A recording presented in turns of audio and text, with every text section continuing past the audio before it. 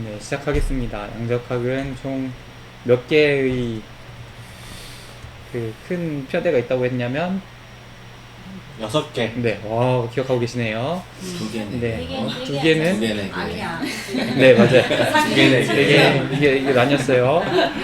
네. 여기는 줘라. 아니야, 사모님. 상태가 두 개. 측정이 특정 4개. 이 상태는 캣이라는 게 있었고, 네. 네. 근데 이게 이렇게 돼가지고 이것 때문에. 이게 조금 높아. 너무 높아. 네, 그러면 캣이라는 게 있었고 얘는 정보가 오다. 그리고 캣이 시간에 따라 변한다. 이 두 가지였어요. 그리고 측정. 이 측정 첫 번째가 연산자에 대한 얘기였고요. 두 번째는 제가 그냥 하고 넘어갔던 거고, 지난주에 제가 확률에 대해서 얘기했고, 마지막으로 측정 이후의 캣의 변화. 네? 네 번째요? 녹화에 안 보여요, 네 번째가. 아 그래요? 네네네. 그러면 여기 이렇게 돼 있구나. 어떻게 하면 올릴 수 있을까요? 두 번째가 어떤 거 하나는 다양하게 표현 가능하다 이런 건가요? 두 번째가요? 네. 다양하게 표현 가능하다가 아니라 여기는 연산자에 따라 다양하게 표현 가능하다. 아니야. 전체는 뭐 더하기 뭐. 이렇게 말했어요. 측정 기억난다. 가능량? 선정돼서 그걸 말했던 그게 뭐예요? 선형대수입니다. 지금 사실 제가 지난 시간까지 캣에 대해서 열심히 말했는데, 사실 캣은 측정할 수 있는 게 아니에요. 우리가 캣은 사실 어떤 양자역학을 설명할 수 있는 도구에 불과했고요. 실컷 얘기해놓고 나중에 가서 아니야 해보니까 네. 이 원래 학문이 이래요. 못하게 쓰는 거야. 맞아요. 실컷 얘기해놓고, 나중에 가서 아닌 거냐. 근데 실제로 정말 중요한 거는 여기 측정 가능량이 정말 중요해요. 측정 가능량. 그래서 우리 결국 측정해서 얻을 수 있는 건 뭐냐? 측정 가능량 중에 하나를 측정한다는 거예요. 측정량 가능량이 개수가 많다는 거겠죠. 그 중에 하나를 측정한다는 거니까 네. 개수가 엄청 많아요. 그래서 그 중에 제가 간단하게 이렇게 측정 가능량의 숫자를 가지고 왔습니다. 5개밖에 안 됩니다. 네, 이 중에 하나를 측정한다는 거예요. 네. 뭐 하나 측정했어요. 네. 1하고 삑 나왔습니다. 네. 그러면 이 과정에선 뭐가 일어났냐면, 뭔가 모르겠지만 캣이 있었고, 측정을 했으니까 캣이 샥 하고 뭔가 컬랩스 됐어요. 네. 그 과정에서 캣과 뭔가 여기 측정 가능량 중에 하나랑 연관이 돼 있어서 네. 측정 가능량 중에 하나가 삑 하고 나왔다는 거예요. 네.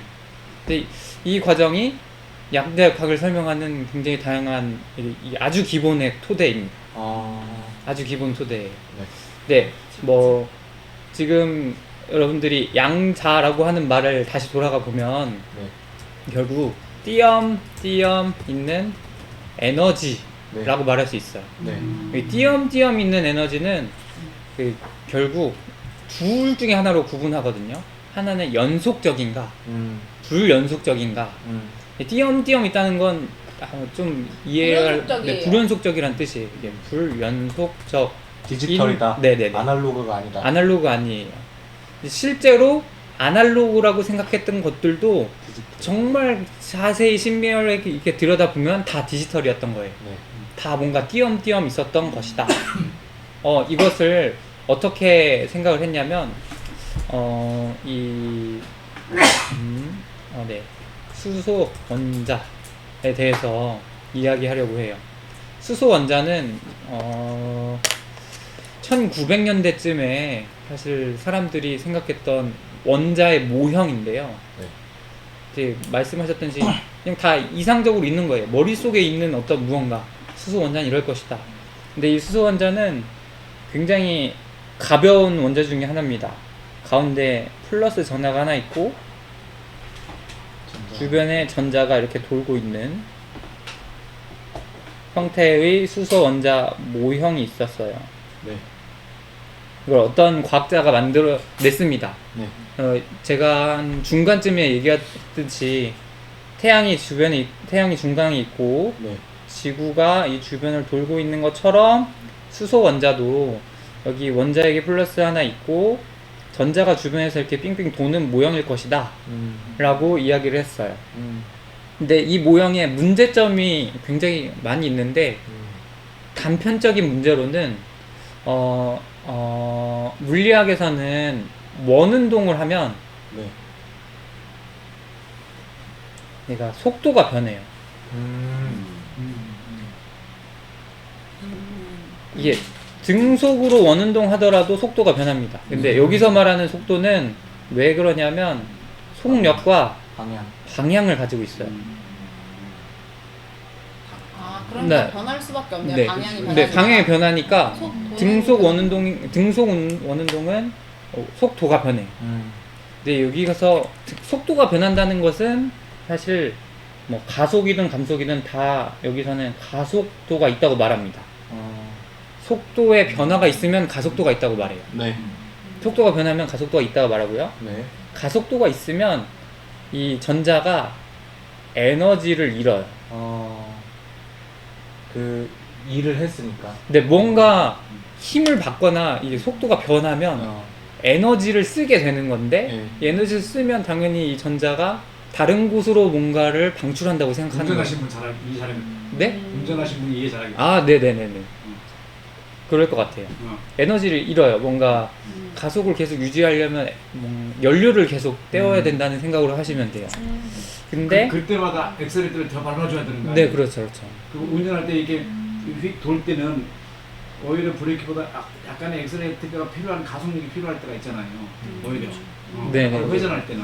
네, 그러면 이 전자가 이렇게 안정적인 궤도를 돌지 못하고 퓨션 해서 나가라고. 이렇게 해서 이 원자 핵 쪽으로 인력 때문에. 네, 뭐 플러스랑 마이너스랑 이렇게 해서 이게 탁 하고 부딪혀서 부딪혀서? 그럼 결국에는 전자가 안정된 상태로 있다는 것 자체가 불가능한 거 아니냐 네. 이렇게 설명을 할 수 있다는 거죠. 네. 이게 굉장히 큰 화두였어요. 굉장히 큰 화두였어요. 이걸 해결해야 되거든요. 이 과학자들은 그럼 어떻게 해결할까? 이걸 해결하는 사람이 이제 완벽하게 양자 모형으로 간 건 아니고요. 네. 중간에 하면 또 안 보여요. 네, 양자 모형으로 간 건 아니고 중간에 어떤 드씨가 나옵니다. 드씨. 네, 풀네임을 다 말씀드리면 아, 드라는 C요? 아, 네. 드브로이라는 사람이 있어요. 드브로이. 네. 유명하지. 네, 드브로이라는 사람이 전자는 이렇게 원으로 도는 게 아니라 뭔가 이렇게 웨이브를 타고 파동이네, 파동? 네, 웨이브를 타고 돈다. 그렇게 돌아야지만 안정적이다. 라고 말을 하는 사람이 있습니다. 저게 굉장히 유명하지. 저게. 네, 완벽하게 원은 아니에요. 제가 좀 쭈글한 원이긴 한데 완벽한 원이라고 생각해 주고요. 얘가 뭔가 파동 형태로 그 원궤도의 위아래로 왔다 갔다 한다는 거죠. 네. 네, 그렇게 생각을 했어요. 근데 이걸 왜 이렇게 생각했냐면 이걸로 가서 왜 이렇게 생각했냐면 이 옆에 나오겠죠.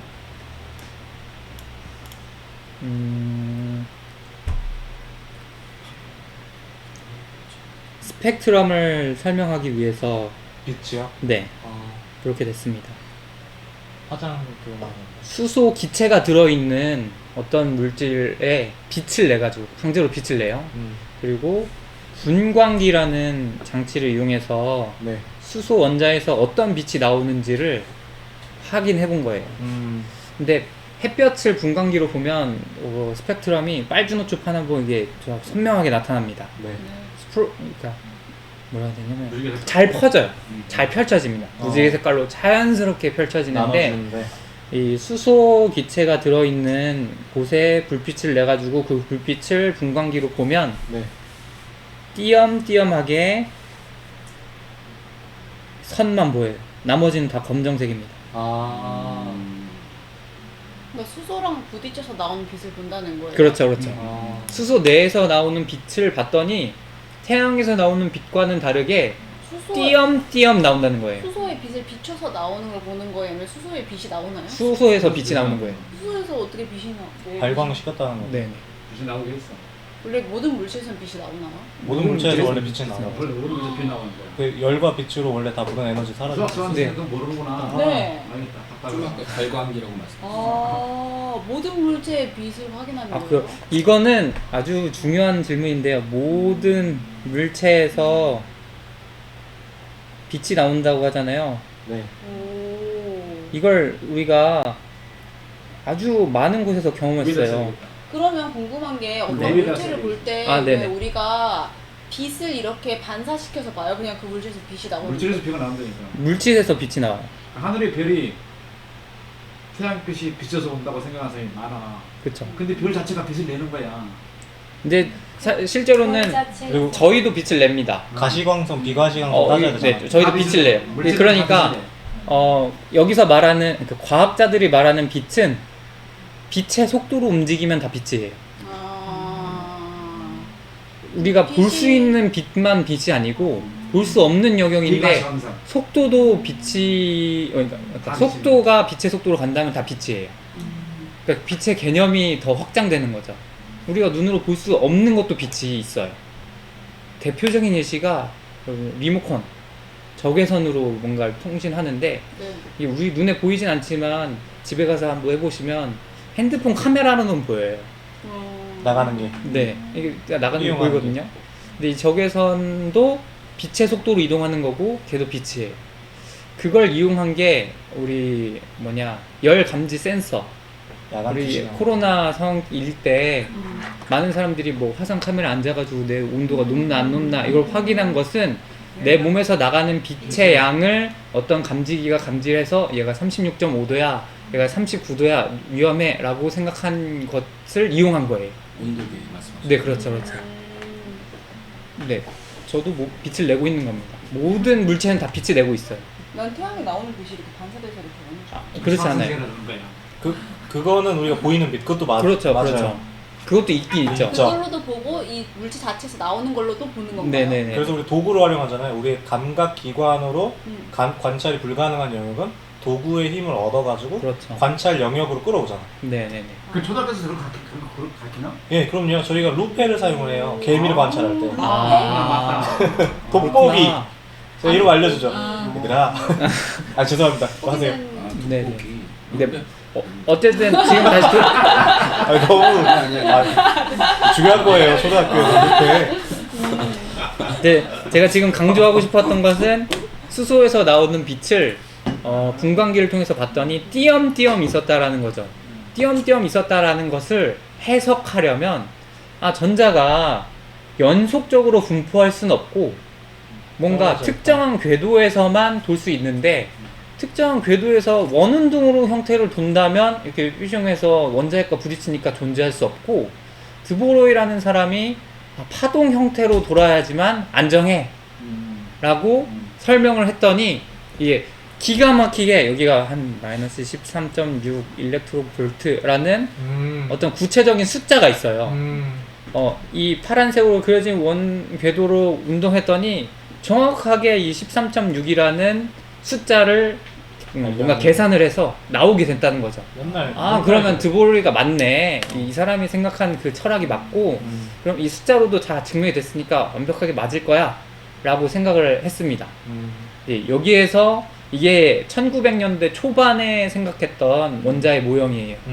네, 1930년, 20년에서 30년 사이, 즉 1900년대 초반에서 1900년도에 1930년도까지 이 양자역학이라는 것을 정립해서 지금 우리가 생각하고 있는 원자 모형은 이렇지 않습니다. 그렇지 않고요. 제가 말하는 것은 또 해놓고 또다 네, 맞아요.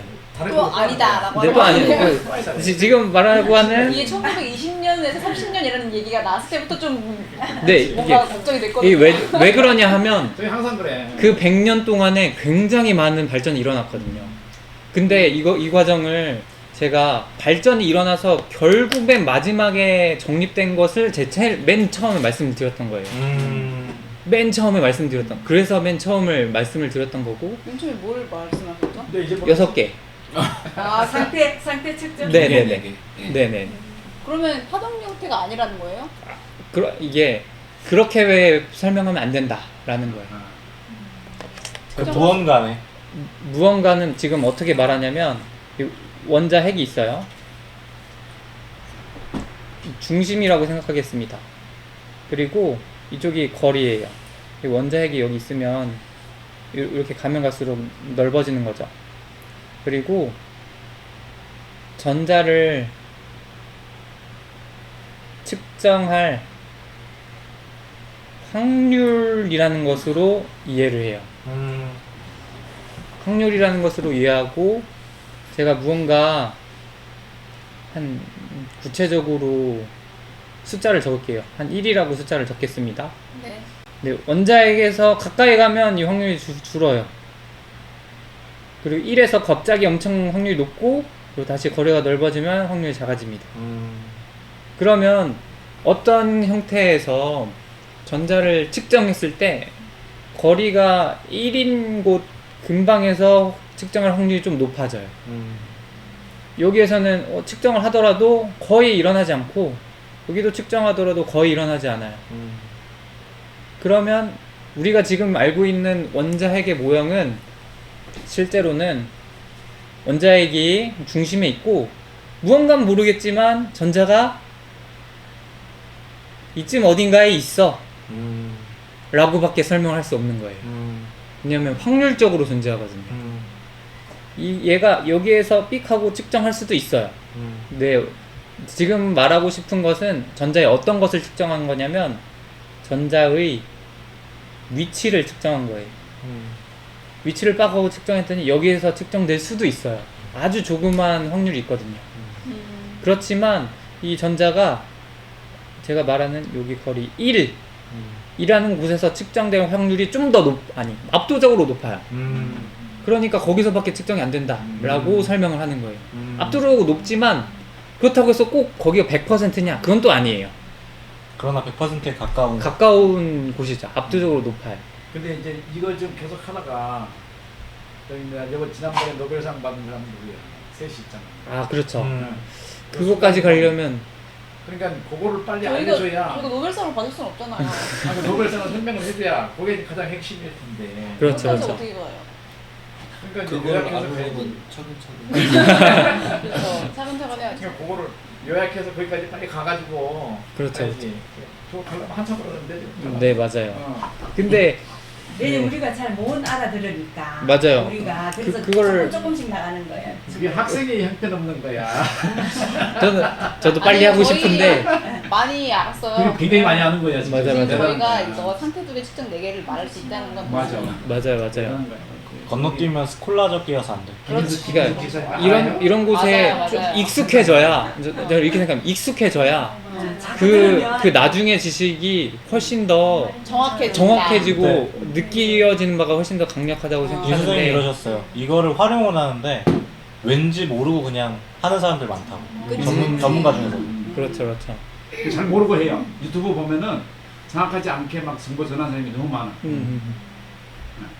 그리고 자신이 해석한 대로 해석을 하고 그걸 그대로 말씀을 드리는 경우가 많지만 두 가지 문제점이 있는데요. 첫 번째는 진짜 전공자들은 그냥 교수들이죠.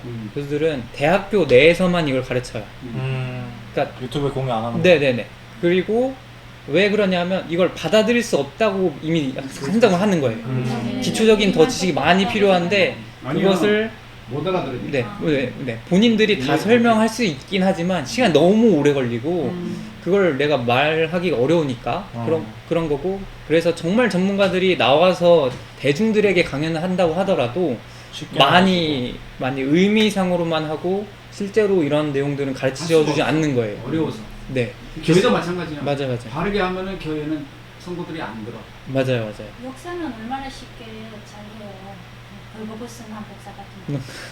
어떻게 이걸 역사에다가 비교해? 대단한 아이디어야. 그게 진짜 재밌더라고요. 네, 그래서 교회도 비슷하겠다라는 생각을 되게 많이 하더라고요. 제가 가지고 있는 지식이 굉장히 많은데 이것을 띄엄띄엄 넘어가다 보면 정확한 내용을 좀 뭉개버리고 넘어가게 해서 이해도를 많이 떨어뜨릴 수밖에 없겠다. 기존 상식하고 다르니까. 맞아요. 왜곡시키겠네요. 그렇죠.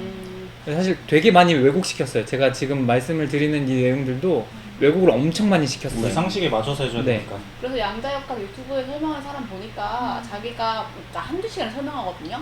그런데도 제가 말할 때는 무조건 왜곡이 있을 수밖에 없다. 왜냐면 그러니까 이렇게 편하고 이해하기 쉽게 설명하려면 어쩔 수 없이 비유를 하고 뭔가를 그렇지. 섞을 수밖에 없는데 과학은 그런 게 섞이면 무조건 잘못된 게 돼버리는 그렇지. 거예요. 신학도 마찬가지. 그러니까 잘못된 그렇죠. 걸 말한다는 걸 인정하고 본인이 얘기할 건데 이렇게 말하지 않으면 사람들이 과학에 아예 관심을 갖지 않는데요. 이게 복음이 과학처럼 그래야 됐어야 되는 거야. 그렇죠. 그런데 그렇게 안 했단 말이야. 음. 이게 뭐 온갖 잡탕을 신학에다 다 섞어가지고 그래가 이상해져서 지금은 진리를 말하면 사람들이 알아듣는 사람이 아무도 없어버리는 환장을 보시죠. 네, 그러면 오늘 저는 여기까지? 여기까지 하도록 수고했습니다. 하겠습니다. 감사합니다.